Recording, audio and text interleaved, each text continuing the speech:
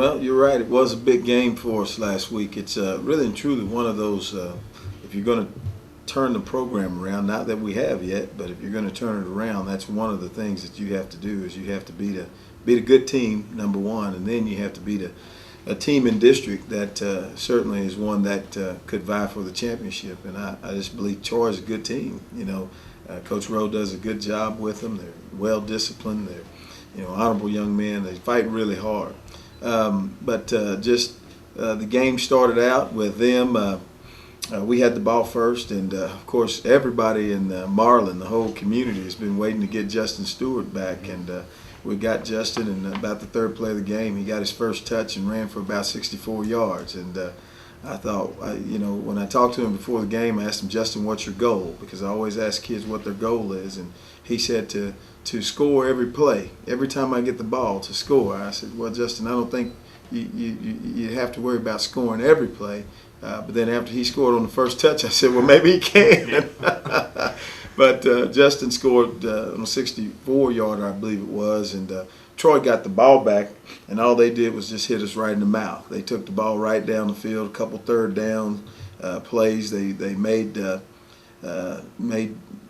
big plays out of them and converted those, and next thing you know, they're in the end zone. So we always talk to our kids about palms down, just be cool. It's okay. We don't get flustered or anything like that. But we couldn't do much with them. I mean, they kept it going, and then they orchestrated a drive there at the end of the first half and scored. And so, we went inside and we said, hey, look, we've been here before. We've done this before. We've come from behind and won a couple times this year. So we've been here before.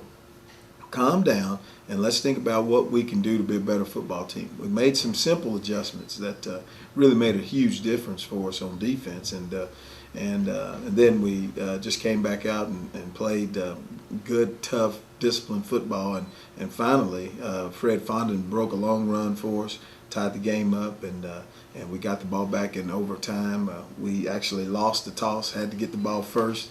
And the guys just felt it, and they wanted to run what we run, and we just did it, and ended up scoring, and then stopped them with a Chris Batiste interception and Bryant Davis rush to allow Chris to intercept the ball. And just no better feeling than having to think about last year this time how bad we were struggling, and then to think that these kids that they're starting to turn the corner. It just feels really good. They scored to tie it up, so we can go to double overtime.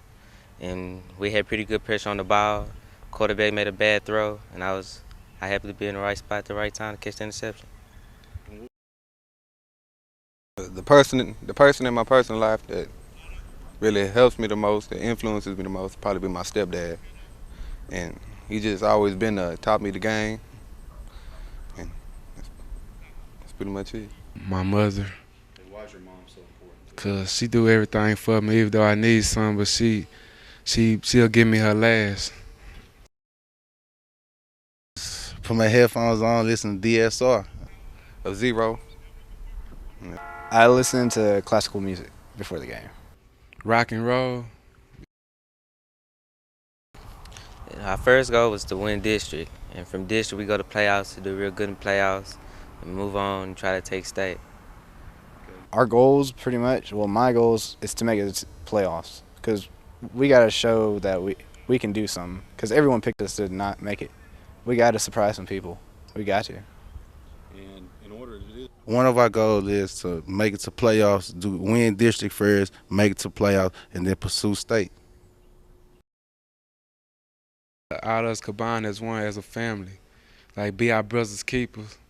Yes, sir. How coach said, they said it'll take us a long way. It's important for your teammates to be like your family, because if y'all ain't together, how you gonna be able to work on the field? How you gonna trust somebody to block for you if it ain't there? You ain't no trust, and you ain't got nothing. That's something we talk about every day. It's a matter of leadership. We have 15 seniors on this team, and every day I'm preaching to these seniors that this has to be their team. It's got to be your team. And our effect theory that we focus on and we have built this season around deals with, the first principle of that is accountability. Just for everybody to be accountable for themselves and responsible to the team, and so they just, it just feels really good to know that these guys have matured enough to know that when the going gets tough, we don't get flustered. We just think, hey, these kids think they can win the game. That's a pretty good feeling to have. I gotta set a good example. I look up to the other players that was before me, and I listen to how they always used to talk about how we used to do this, how we used to do that, and I just love being a Marlin Bulldog. Offensively, for us, we've got to move the football, take care of it, don't drop it on the ground, execute what we're doing, and that's the most important thing. Defensively, we've got to come out and play with a lot of intensity. We've done that before. We played Cameron for a quarter and a half before they scored. We can play at that level, then it's going to be unbelievable for us. We're going to have to be a little bit more diverse. We have to be able to throw a little bit better. And we have to be able to run our offense a little bit better, and that is the quarterback keeps the ball a little bit.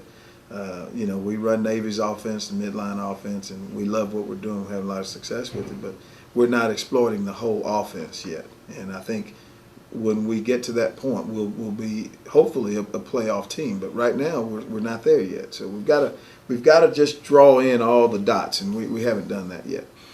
Defensively, we've got to get some consistency. We've had too many different players playing because of this and because of that, and I just don't think that our continuity is where it should be, which leads to a misalignment.